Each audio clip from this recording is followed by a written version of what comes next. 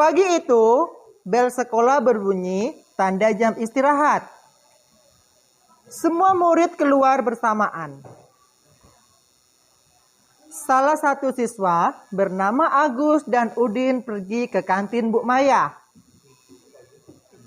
Mereka memesan makanan untuk mengisi perut karena sangat lapar setelah belajar matematika.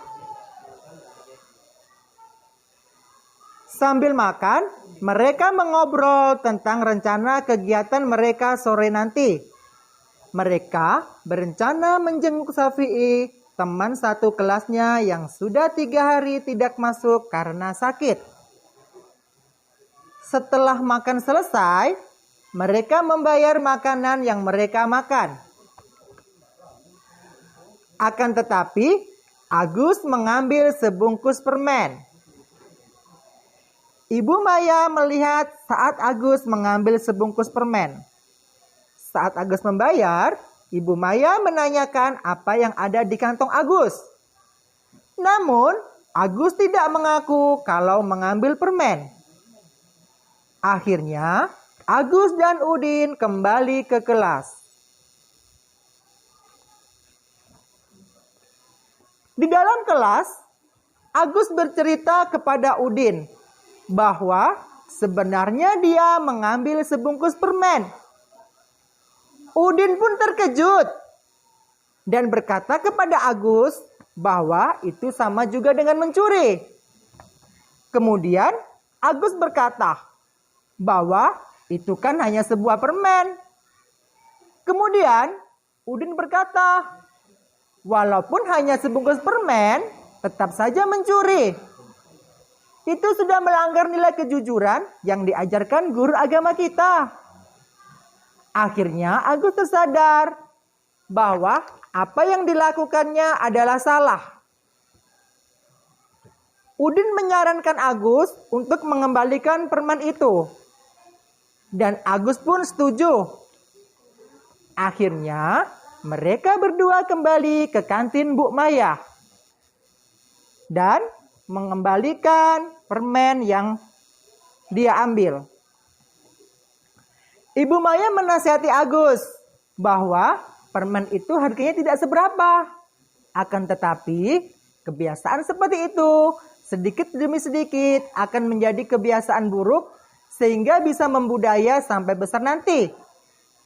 Bu Maya mengingatkan Agus agar Agus tidak mengulangi perbuatan tersebut. Karena tidak sesuai dengan norma agama dan norma Pancasila.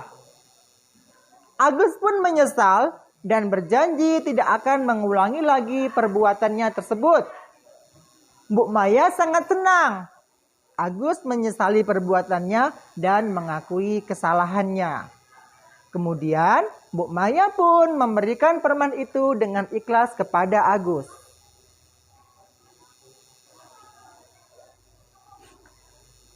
Sepulang sekolah, Agus dan Udin berjanji bertemu di rumah Hendri.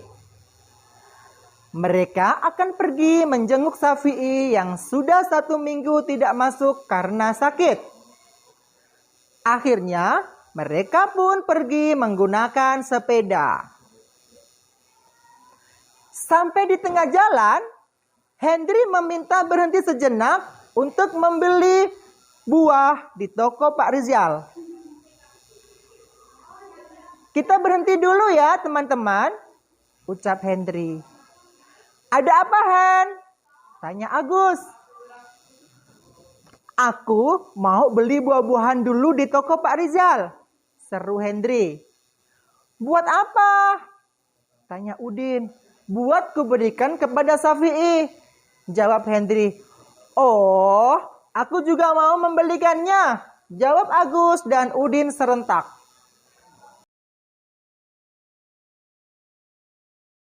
Selesai membayar, mereka melanjutkan perjalanan ke rumah Syafi'i dengan mengendarai sepeda. Akhirnya mereka sampai. Assalamualaikum, seru Agus, Udin dan Hendri. Waalaikumsalam, jawab Ibu Syafi'i. Mereka pun dipersilakan masuk oleh Ibu Syafi'i. Dan akhirnya mereka bertemu dengan Syafi'i. Agus, Udin, dan Hendy menanyakan kabar Syafi'i.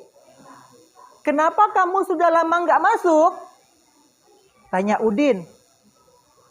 "Aku sedang demam, Din," jawab Syafi'i.